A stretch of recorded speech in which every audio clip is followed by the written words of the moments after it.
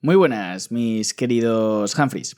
En un vídeo anterior vimos todo lo relacionado con la teoría celular y expusimos las nociones generales de las células. Hoy vamos a entrar un poquito más en detalle en ellas. Empezamos diciendo que la célula, como vimos en el anterior vídeo, es la unidad anatómica, morfológica y funcional, como así dictamina la teoría celular. Esto viene porque puede realizar las tres funciones vitales: nutrición, relación y reproducción, y en toda célula, en todos sus tipos, vamos a tener tres fundamentos estructurales básicos: membrana plasmática, citoplasma y material genético. Esto permite diferenciar, a su vez, la célula procariota y la célula eucariota. A su vez, la célula eucariota se puede diferenciar en dos tipos: célula eucariota vegetal y célula eucariota animal. Aunque si queremos ir un poquito más complejo, se podría diferenciar más subtipos, como por ejemplo la fúngica, etc. Esto, en base al ARN ribosómico 16S, permitió a este señor, Carl Woese, en 1990, definir tres dominios: eucaria por un lado, arquea por otro y bacteria por otro. Bacteria y arquea, como veremos, son células procariotas, mientras que eucaria, como su propio nombre indica, van a ser células eucariotas. Bien, vamos con las células procariotas. Las células procariotas son más primitivas. Parece ser que surgieron hace 3.800 millones de años, es decir, casi al principio de la creación de la Tierra, que ya sabéis que la Tierra tiene una edad en torno a los 4.600 millones de años. Y, por supuesto, va a ser mucho más simple porque es la primera que apareció. Entre procariotas podemos distinguir dos tipos: bacterias y arqueas. En cuanto al tamaño, son muy pequeñas. Estaríamos hablando de en torno a 0,1 hasta 5 micras. Ahí pone pero bueno, fue un problema de ponerlas en mayúsculas. Estamos hablando de micras. Fijaros que tiene el mismo tamaño que un orgánulo de las células eucariotas. Es decir, tiene el mismo tamaño que una mitocondria. Esto ya parece sospechar a lo que permitió a Lynn Margulis formular la teoría endosimbiótica, como diciendo que las mitocondrias, este orgánulo que tienen nuestras células eucariotas, vienen en verdad de una bacteria que fue fagocitada. Lo veremos posteriormente. Además, no tiene núcleo, tiene una sola molécula de ADN circular y no podemos hablar de membrana nuclear. Puede tener unas cositas circulares que se llaman plásmidos. Estos es un fragmento de ADN adicional que le suele conceder alguna ventaja evolutiva adicional. Los ribosomas son un poquito más pequeños que las células eucariotas. Son ribosomas 70S. Tiene una pared celular muy importante que, a su vez, como veremos en posteriores cursos, permite diferenciar las bacterias entre gram positivas, porque se permite teñir esa pared con una tinción llamada gram. Fijaros cómo en la imagen observamos una gruesa pared de peptidoglicano, mientras que las gram negativas, como tiene una estructura trilaminar, es decir, una membrana plasmática externa, una pequeña pared de peptidoglicano entre medias y una membrana plasmática propia en el interior, como si fuera un sándwich, no se permite teñir con esta técnica, ¿no? Y también tiene un glicocális, es decir, una capa de glúcidos, es decir, de carbohidratos en la parte exterior. Esto, a su vez, le permite conceder tres propiedades. La primera, actuar como cápsula, es decir, que se vuelve muy dura y eso impide a nuestros glóbulos blancos fagocitarlas y suele dar problemas en las infecciones. La segunda son capas mucilaginosas, que estamos acostumbrados a verlas, desgraciadamente, con, por ejemplo, los desagües en las alcantarillas. A que todos hemos visto ese color verdoso, mucilaginoso y demás. Eso suelen ser un cúmulo de bacterias que generan ese mucílago, ¿no?, que les evita, por ejemplo, de secarse. Y también el biofilm, que les permite mantenerse unas junto a otras. En cuanto a sus apéndices, podríamos estar hablando de fimbrias, de pilis y de flagelos. El que es más extraño para nosotros suele ser el pili, que es, como su propio nombre indica, nos suena como a pelo, ¿no? Pues es un pelo que pueden compartir diferentes bacterias, y aquí viene lo malo, que es que suelen pasarse un plásmido, acordaros, ese fragmento de ADN que le concedía ventajas adicionales de una bacteria a otra. Eso hace que las bacterias resistentes a antibióticos, que ya sabéis que es un problema muy grande para el futuro venidero, pues puedan pasarse esa resistencia de una bacteria a otra y causa verdaderos estragos en los hospitales. Aquí tendríamos un poco de la anatomía de la célula procariota. Lo que habíamos dicho, no tiene núcleo, puede tener cápsula, van a tener flagelos, la mayoría, fimbrias, cilios, etc., ¿no?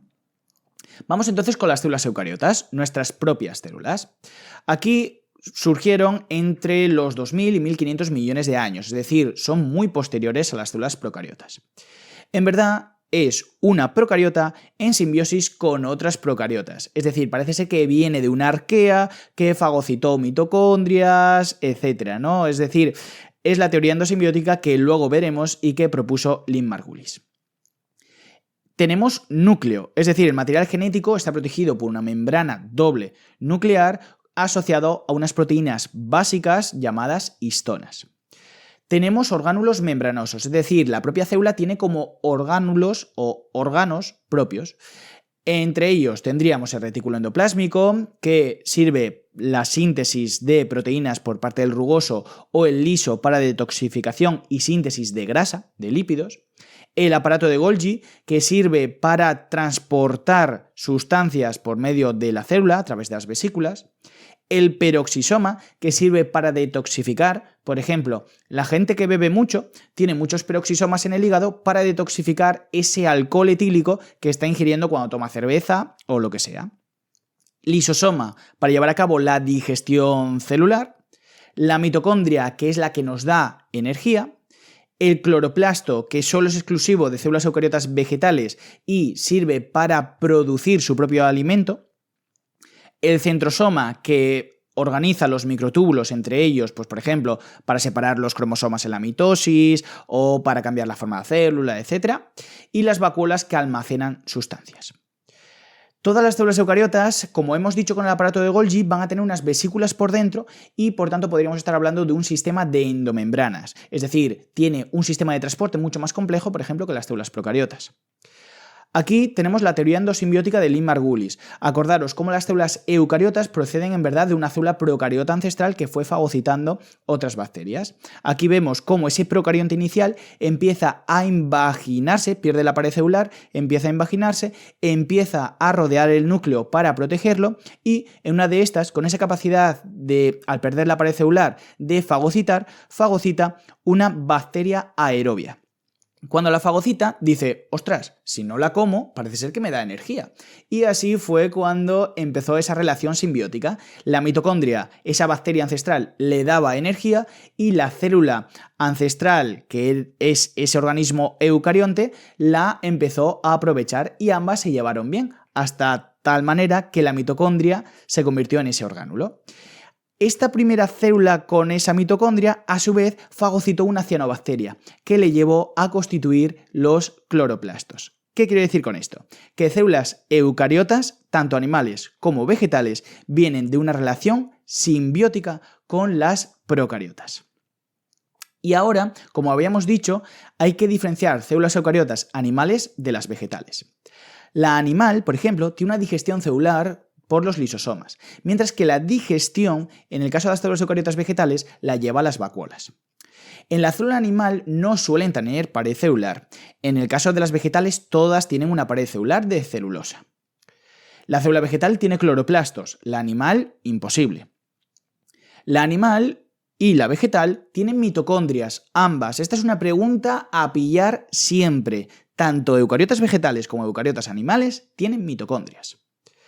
Se mueve la célula eucariota animal porque no tiene pared por cilios y flagelos. Sin embargo, las células vegetales no suelen moverse. Al tener esa pared ser tan rígida, no le permite tanta movilidad. En animales tenemos centriolos, en las células eucariotas animales, mientras que en las vegetales tienen centrosomas, pero es como muy deforme, muy amorfo, no tiene centriolos.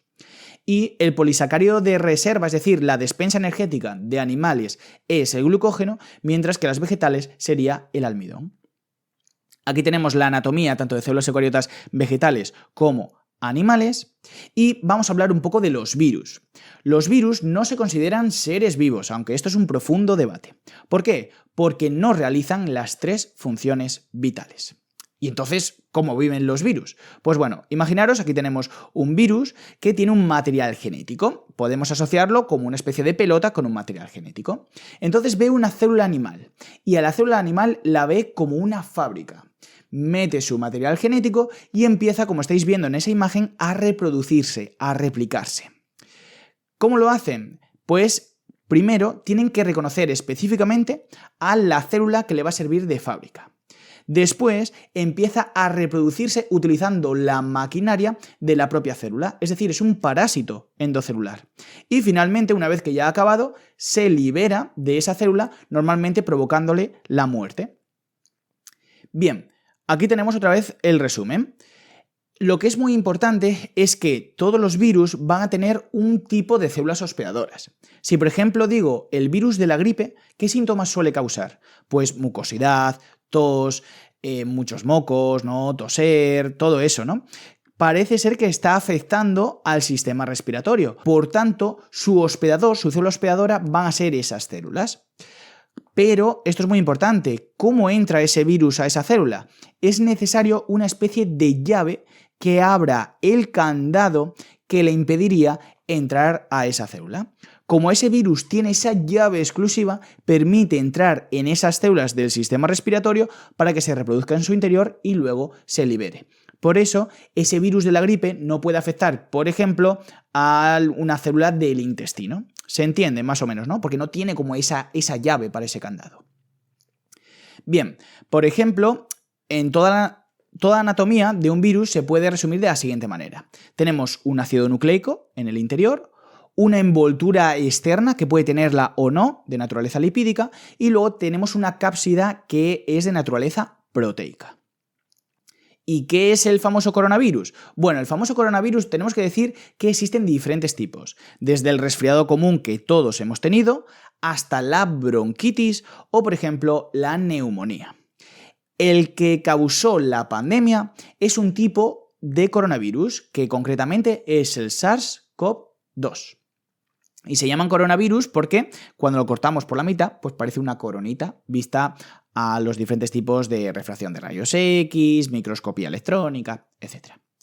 Y hasta aquí el vídeo de hoy. Espero que haya quedado clara esa diferenciación de células procariotas, eucariotas animales y vegetales y cómo los virus no son considerados seres vivos porque no realizan las 3 funciones vitales.